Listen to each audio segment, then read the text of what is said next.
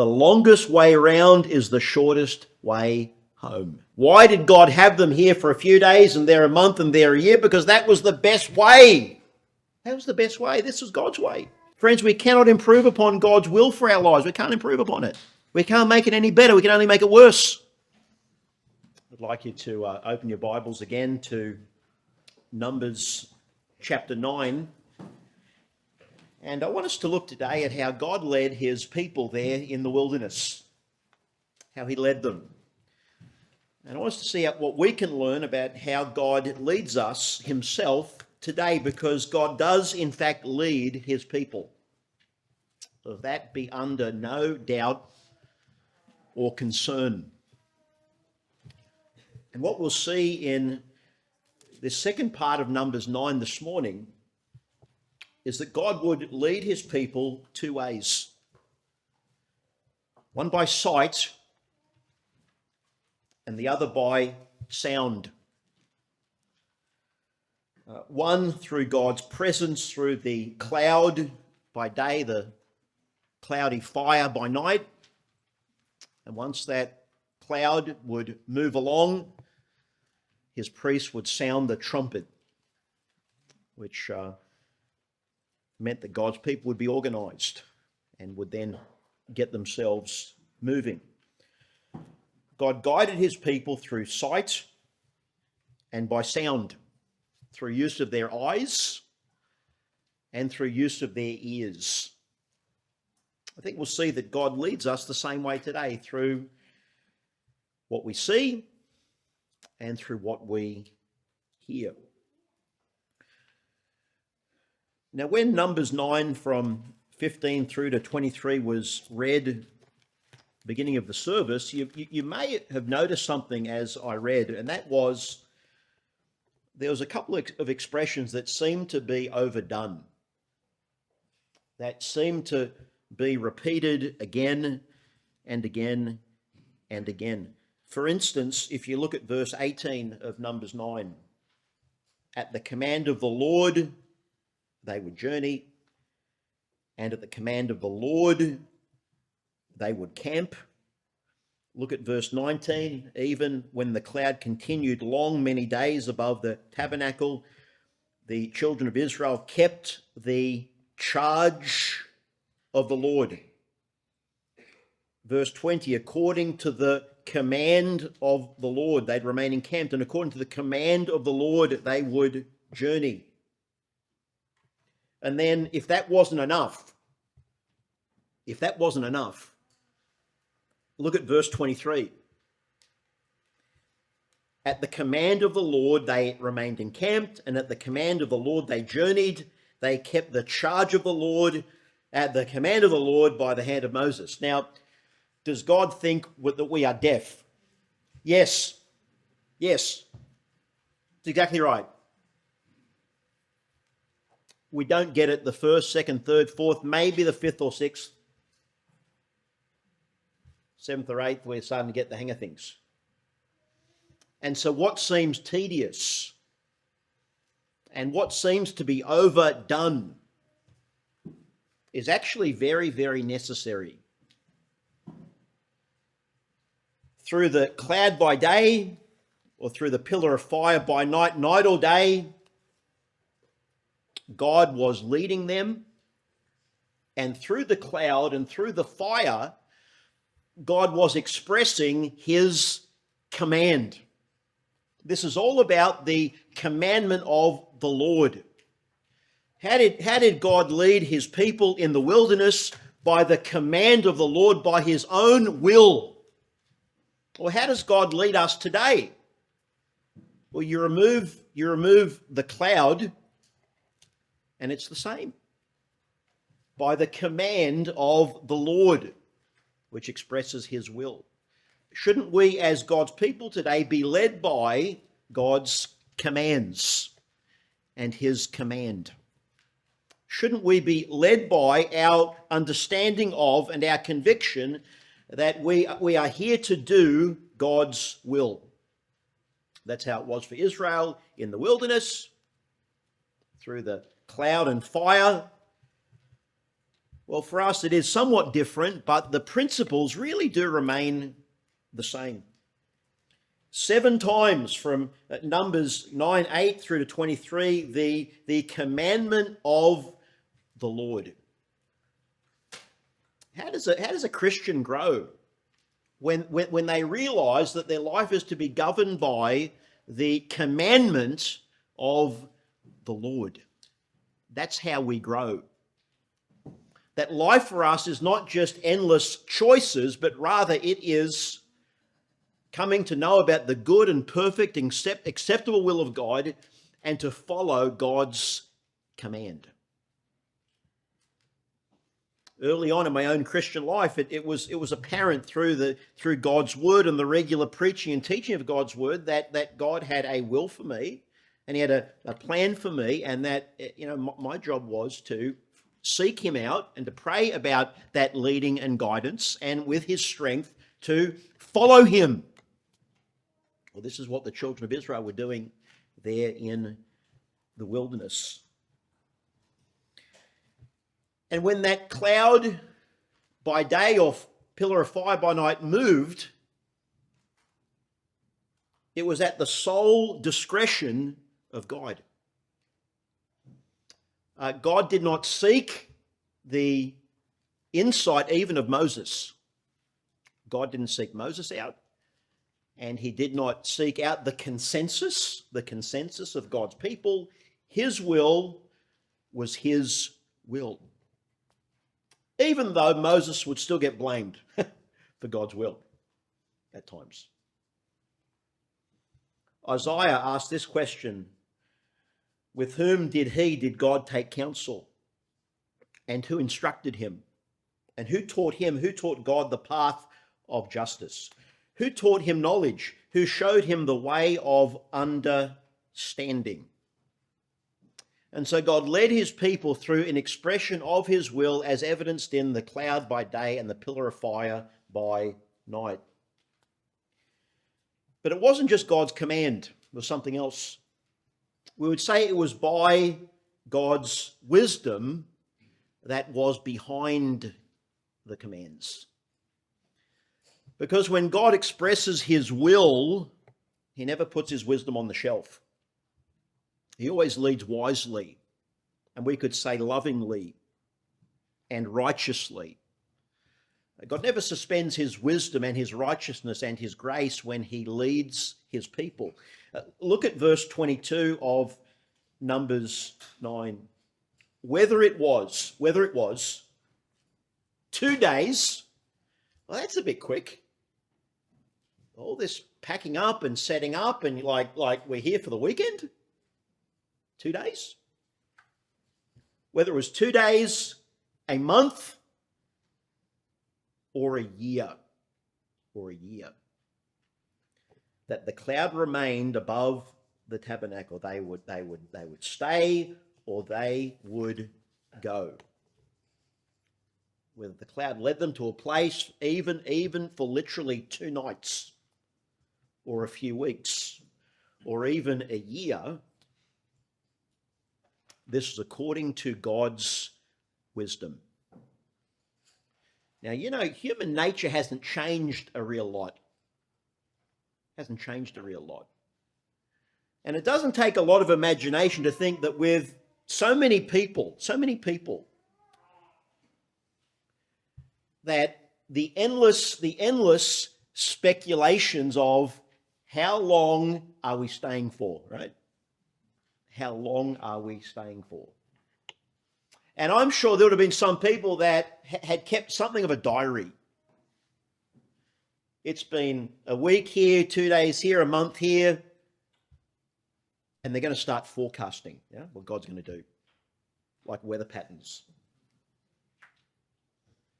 Oh, He's led us this way and for this many days or weeks or months. So of course the future is going to have to be like this. Well, not necessarily. And you can imagine with all of those people, we're talking maybe 2 million people. This is a vast collection of people. And like even in our little gathering today, we got people that like to be away for a couple of days, and some like a long time, and some not. We're all different.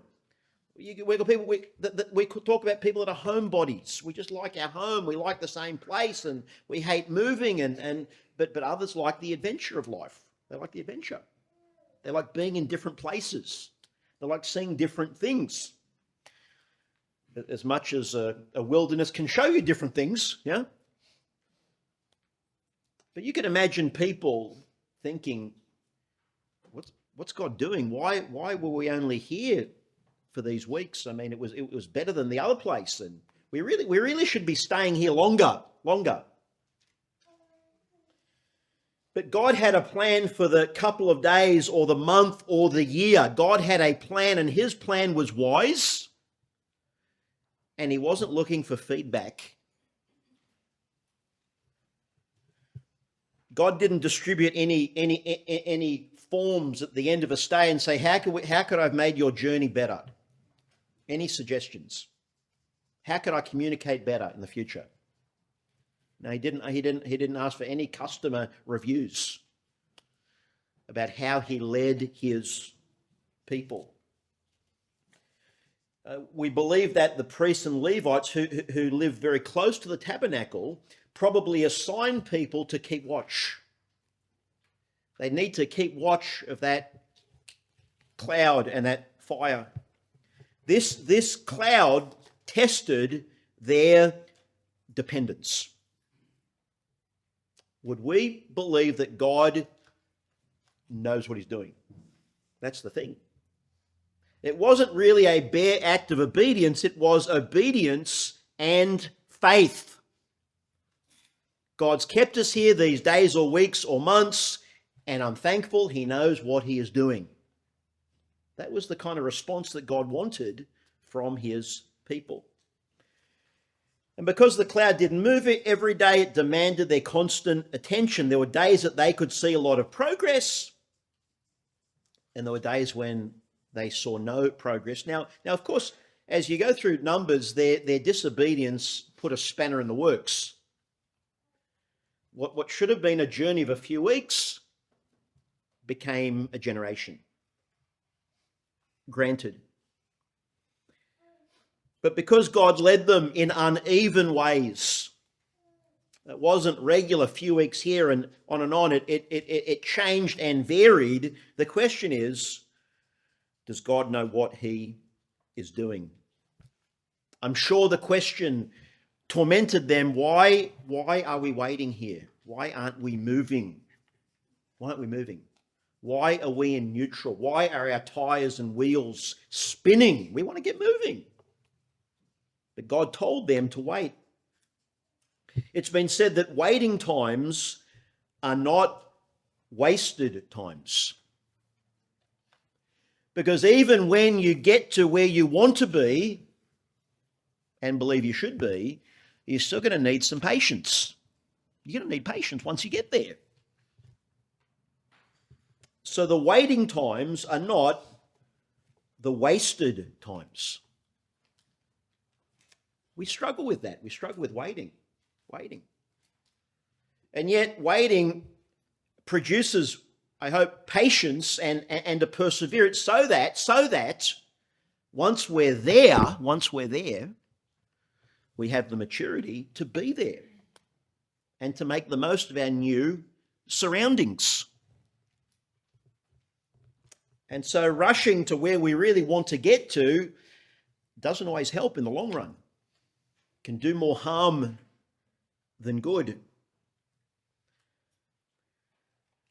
So with that in mind, God leading them through according to his will and showing them the way. Okay, think about this cloud and fire at night, moving or keeping them. Let me just read you these scriptures around our way. Psalm 1:6, for the Lord knows the way of the righteous. If you feel like your wheels are spinning and you're not going anywhere and God has you in a holding pattern, I'm here to tell you the Lord knows the way of the righteous. And the waiting times are not the wasted times. God is at work. Or Psalm 32:8, I will instruct you and teach you in the way you should go. Now, we live in very different times today. We're not following clouds and clouds of fire at night. We're not doing that. It would never fit in with our life, would it? It would never fit in with our life. I mean, our family is governed by school terms. It's governed by school terms. And it's governed by what we do at church. I mean, sort of months ahead. And I'm sure your life is very similar. And unless you are literally a grey nomad, may their tribe increase, that could have that kind of existence. They could move according to the sort of stuff, right? Even that is for a season of life, right? Even that's just for a little while. That's certainly not a permanent existence. And so, yes, God does lead us in different ways. And unless we are nomads, it's not going to be 2 days here and a week here and a month there kind of thing, right? But God does lead us through his commands. Whether they are the moral commands he gives us. More often than not, there are his words around direction and wisdom.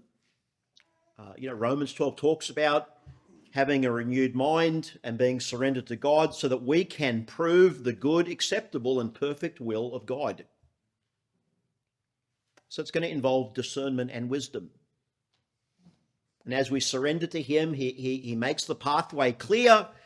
And so we follow him. And so we can say, along with the children of Israel, that we are here by the commandment of the Lord. And we're going to stay here by the commandment of the Lord. And God's going to move us on by his command. It's all about following the Lord.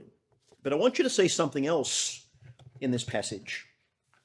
Because after you have this repeated instruction about following God's command via the cloud, look at verse 10. Look at verse 10. Sorry, verse 1 of Numbers 10. My apologies. Numbers chapter 10. And the Lord spoke to Moses, saying, make 2 silver trumpets for yourself. 2 trumpets. You shall make them of hammered work. It's going to be a refined process. You shall use them for calling the congregation and for directing the movement of the camps. When they blow both of them, all the congregation shall gather before you at the door of the tabernacle of meeting. See what happened when the cloud moved? The trumpets were supposed to blow because he had to start organizing people. I'm not talking about one family moving their camping spot. We're talking about a nation of people. There'd be trumpets blown by the priests. You've got the divine activity in the cloud, and you got those priests blowing the trumpets. Look at verse 3. When they blow both of them, you got 2 trumpets blowing. All the congregation shall gather before you at the door of the tabernacle of meeting. Everyone's going to get together for a meeting. But, verse 4, if they blow only one, then the leaders and the heads of the divisions of Israel shall gather to you. There was going to be the 12 heads. Look at verse 5. When you sound the advance, the camps that lie on the east side, they shall begin their journey. When you sound the advance the second time, then the camps that lie on the south side shall begin their journey. They shall sound the call for them to begin their journeys. God would lead through the cloud, and the priests would blow the trumpets. And look at verse 7. And when the assembly is to be gathered together, you shall blow, but not sound the advance. It would be a different kind of sound. The sons of Aaron, the priests, shall blow the trumpets, and these shall be to you as an ordinance forever throughout your generations. Look at verse 9. When you go to war in your land against the enemy who oppresses you, then you shall sound an alarm with the trumpets, and you'll be remembered before the Lord your God, and you'll be saved from your enemies for a time of war. And then finally, verse 10, also in the days of your gladness, in the appointed feasts, and the beginning of your months, you shall blow the trumpets over your burnt offerings and over the sacrifices of your peace offerings. They shall be a memorial for you before your God. I am the Lord your God. You have trumpets blowing. Look at the last part of verse 9. When the trumpet's blown at wartime, you'll be remembered before the Lord your God, and you're going to be saved from your enemies. The end of verse 10, the blowing of the trumpet at feast time. They shall be a memorial for you before your God. I am the Lord your God. Remember, after Noah's flood, God says, I'm going to put a rainbow in the sky. It's going to remind me not to destroy the earth by a flood again. God still kept his promise. When those trumpets were played, God would remember his people, and he'd come to their aid, he'd come to their rescue. So you have the movement of the cloud, that was divine. You have the blowing of the trumpets by the priest. This is the human and the divine element at work. God leading, directing through God's command and through the trumpet blast of his people, and God remembering his people, his covenant promises. He would be with them, he would protect them, and he would guide them. Now, many have made a connection between the trumpet blasts here and of prayer. And the reasoning is that when the trumpets were blasted, you'll be remembered before the Lord your God, and you will be saved. As those trumpets went out, God would come down to the rescue of his people.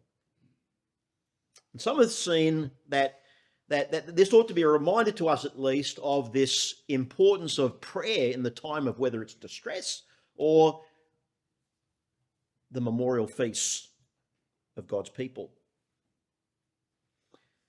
Let me read to you Psalm 18:6. In my distress I called upon the Lord and cried out to my God. He heard my voice from his temple, and my cry came before him, even to his ears. Now, it's very similar to that trumpet being blasted, and it says that God would remember his people. Remember his people. Now, I don't want to make too much of this. I don't think it's allegory.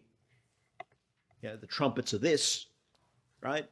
But let me tell you this, that when you are in the middle of a battle, whether it's with yourself, or enemies real or imagined, prayer does something. Prayer gets God involved in the situation. Gets him involved. It brings him into the picture. I mean, Psalm 28, blessed be the Lord because he has heard the voice of my supplications. Whatever's going on, God heard me. He knows I'm here. And he's going to help. Friends, that is better than a trumpet blast. Better than a trumpet blast. This is God coming down and getting involved in our life and giving us the direction and help that we need. Someone said this concerning the wilderness wanderings. They said, when you think about the fractious nature of the Israelites,